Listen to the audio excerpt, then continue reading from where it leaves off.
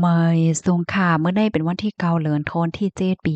2026ในตอนในข่าวสายหมอขอมีข่าว2ตอนเดี๋ยวมาเปิ้นเผาค่ะตอนที่1ค่ะลุ่มหลวงในพัดเอาผู้ใจแขก็หนึ่งลูกดีเฮิรนเตึกสูงเหี่ยวก็ตกลงตีปืนเฮ็ดจังได๋อ้อปยอแทงตอนหนึ่งซ้ำเข้ามาถ่อมด้วยรองตั้งลายโหคุบเปิ่งเป็นเพศสภาวะที่ในเมืองแขปอกำไนปยอก็มีลองโลดซุ่มจึงหือพองเนี่ยค่ะเนาะอ่อนตั้งเปิ้นได้ก็เข้ามาถ่อมด้วย ข่าวโคในออนตั้งค่ะเมื่อวันที่8เมื่อวานเนี่ยมีข่าวออกมาว่ามีผู้จ่ายเจ้าแขก่อหนึ่งและรับรองตั้งเจ็บฮาวเฮียงค่ะว่ายหลังเส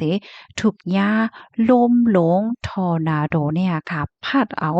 หม่านพักตูคู่เลี้ยงเขานั่นก้อยเมื่อพ่วงดีอยู่ไว้ดีคองลือแมนชั่น12ค่ะหลุดออกค่ะกำในร่มเนี่ยก็หลุดเอาโตมั่นใจใน ออกมาดีขึ้นตึกนั่นเหี่ยวก็ตกลงกว่าตีปืนให้นั่นน่ะเนาะลองได้ก็เป็นกว่าตีเว้งหวงกังเว้งหลวงโขเป่ยตั้งปอดตอนกลางของเมืองแขเฮ็ดจังไหนอ้ออยู่ดีสื่อข่าวในเปิ้นดีเปิ้นภาวะเปิงเป็นมันได้ก็เกิดขึ้นเมื่อกลางค่ำวันที่6เดือนธันวาคมเจ็ดตีป่นมาค่ะเมื่อพ้องดีเมืองหังกังและดังปื้นตีหิมพร้อมนั่นคบทบยาฝนตกแห้งหวายอก็ลมใน ข้าวแห้งเฮ็ดจังได๋น่ะเนาะแต่เอาข้าวยามกลางค่ำ7โมงแต่บ่ถึง11โมงกลางคืนค่ะถึงที่เฮ็ดให้โตนไม้แน่ฮากลมโลดกาแลเสียงล้านก้าและจังได๋ก็เลยรับพรตุ้มย้อนปยอกอมเลยฮู้ว่าบางทีบางตอนได้ซ้ำมันปอสิมีมาเป็นลมแรงหลงทอร์นาโดเฮ็ดจั่งใดอ้อก้นที่อันไรรับรองตั้งเจ็บกว่าในจื้อคือเฮือนว่าจางเนี่ยค่ะมือพ่วงหนังนั้นในหนอมั่นใจเนี่ยก็นั่งอยู่ดีห้องนั่งเล่นดีอะพาร์ตเมนต์ค่ะเนาะมือพ่องดีมั่นใจปิกพักดูฮู้เลี้ยงตั้งหมดค่ะมือขิงกลางคืนหมอก8โมงจังเนี่ยเอาค่ะเมื่อพ้องจังหนังนั้นในลมในก็ซำเฮาแฮงค่ะเนาะไล่พัดเปิดพักดูฮู้เลี้ยงนั่นค่ะนะปยก็ลักจันเอาม่านว่าพักดูฮู้เลี้ยงว่าซังว่าเฮ็ดจังได๋หลุดออกดีขึ้นตึกหลงนั่นให้เนี่ยกำแหน่เฮียงลมในขณะยังพัดเอาเฟอร์นิเจอร์หลายๆอันที่ในห้องเฮิรนเขานั้นว่าได้เป็นโซฟาตู้เสื้อผ้าเสื้อโคยกอเพิ่นกินข้าวว่าจั่งใดปลิวออกกว่าเฮ็ดไหนคะอ้อก็เป็นน้องเขยของนายจ้างเนี่ยลัดในว่าว่ายหลังเสพักดูคู่เลี้ยงนั้นมันเลยก๋วยกว่าย่อมเจ้านายจ้างนั้นก็ถุงยาโลมเลยค่ะนะหลุดเอามันจ้าเนี่ยออกตีของนั่นกว่าค่ะเลื่อนสุดก็ตกลงกว่าตีปื้นตั้งไตให้ไหนนั่นน่ะนะก็เป็นเมและดังลกแต่ก็อยู่ไว้ดีในห้องนั่นเหมือนกันค่ะก้อยกะอำไลรับพรตุ้มย้อนเฮ็ดจังได๋อ้อมื้อเหลียวในเลยฮู้ว่าผัวใจก็แน่ยุดยาตัวว่าอยู่ดีในห้องก้นเป็นคึกคัก ICU ที่โรงยาในอ้อก็เป็นน้องข่อยลาเทียงว่าลองลู่ลองซุ่มอิงเหนอลมเลี่ยงหลวงปอกกำได้ก็แต่เลยว่าฮาวแฮ้งเด้ๆค่ะฮาวแฮ้งเหมือนหนังผิดปกติอะค่ะมันเมื่อกาวก่อนป่นมาก็ต้อนยามหันจั่งไหนนั่นค่ะน่ะเนาะมันไข่แปลกๆเปิงๆไหวเฮ็ดจั่งใดนะอันเป็นพักตูโฮเลี้ยงตั้งฝ่ายปอดเหนือว่าปอดใต้ของเฮิรนตึกนั้นก็แตกค่ะลูกก้อยกว่าแค่ว่าตั้งหมดค่ะเนาะหม่านมันหว่ายอกขอบมันว่าโคของอันหิ้มห้อมเฮ็ดจั่งใดก็มันก็เลยรู้เลยกว่าย้อนก็เพราะว่าลมพัดเฮ็ดให้ค่ะนะมันเหมือนจั่งหนังว่าขึ้นตึกลงตั้งหลังในไหลรับพรตุ้มยวนให้แหน่เนาะ มันจ่ายเนี่ยก็ลันเนี่ยจังไหนเนี่ยค่ะคอมมอนตอนให้ก็คาลิเปมาดีโครงการข่าวว่าฟอรัมต่างไว้ในอ้อ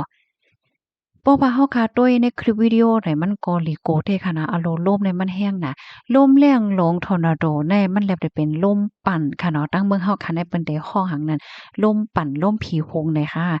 แคบหางก็จังหนังอันพี่น้องค่ะหันมาแล้วนะว่าได้ปั่นพิวๆๆๆเนี่ยมันแห้งน่ะเนี่ยว่ากำในเฮาคามาด้วยโหหุบเพศสภาวะอันใดเกิดขึ้นเป็นดีเมืองแขแน่เป็นจังหือพองให้ไหนค่ะเนาะเฮามาด้วยโหหุบมันข้อมูลลื่นสุดกลางค่ำวันที่8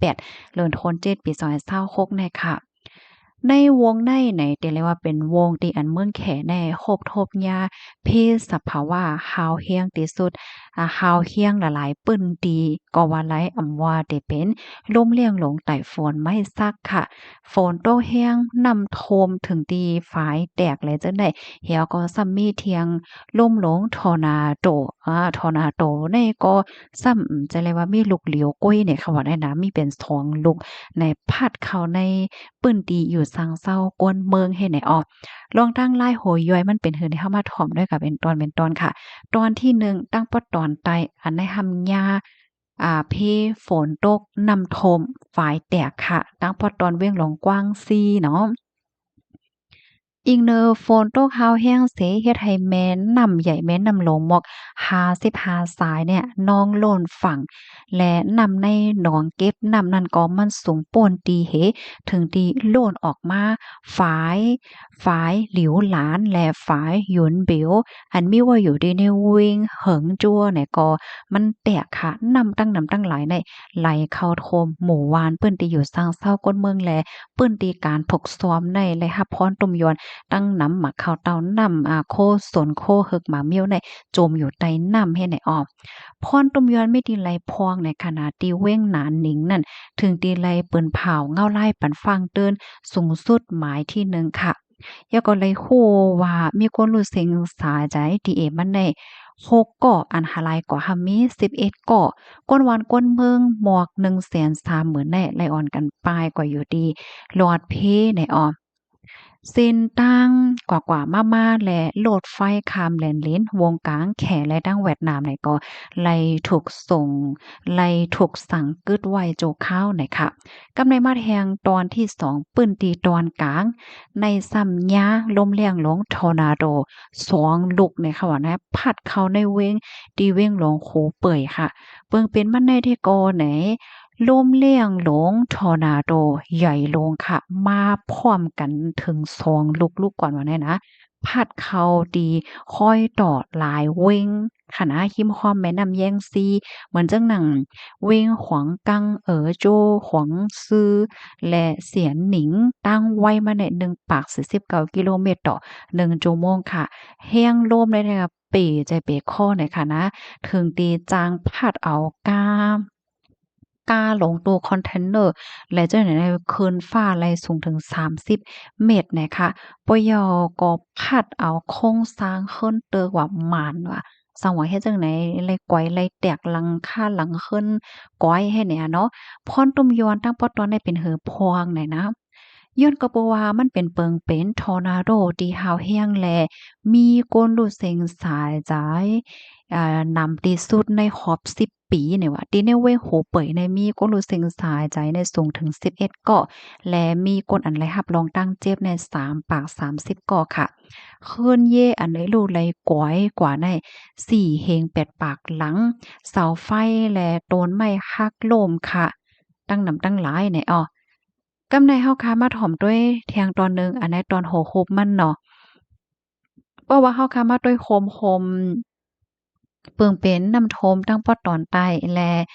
เปิงเป็นลมหลงทอร์นาโดตั้งปอดตอนกลาง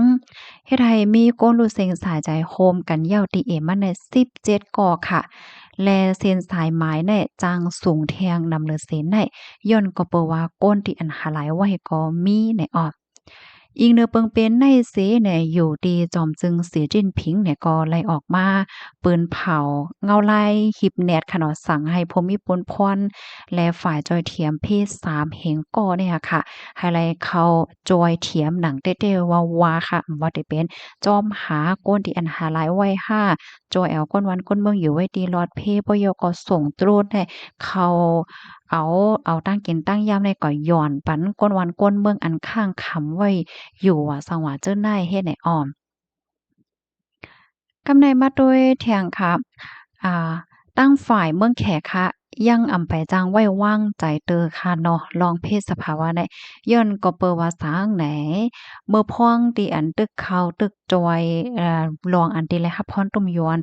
ล่มเลียงลงอันว่ามาเมื่อไกนั้นย่ำแจ่มือเหลียวในซ้ำมีคำเงาออกมาแทงว่าซูเปอร์ไต้ฝุ่นปาหวีตั้งเฮียงมันใน2 40กิโลเมตรต่อ1ชั่วโมงในตึกมีหลวงต้งโตมงนาสู่จูเมืองแขในเขาว่าได้นะ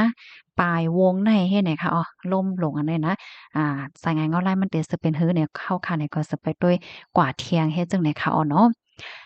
อันลือเซนั่นก็งูค่ะเนาะงูตั้งน้ำตั้งหลายเนี่ยก็เต็เลยว่าหลุดออกมาตีคอกมันไหนจังได๋ค่ะนะบางทีบางตอนเนี่ยเอาโลดไหลกว่าเจ้ามาเฮิรนเจ้าเมียก้นวานให้แหน่เนาะคอมเมนต์ตอนในค่ะเลยเป็นว่าที่ห้องการข่าวซี้นหัวห้องการข่าว China Daily ต่างไว้เนี่ยค่ะอ๋อพี่น้องค่ะรับพร้อมยาวหันถึงจังหือพองค่ะเพิ่มเติมข้อมูลมาหลายข้อหลายตอนหลายดีมแตกแรงเนี่ยก็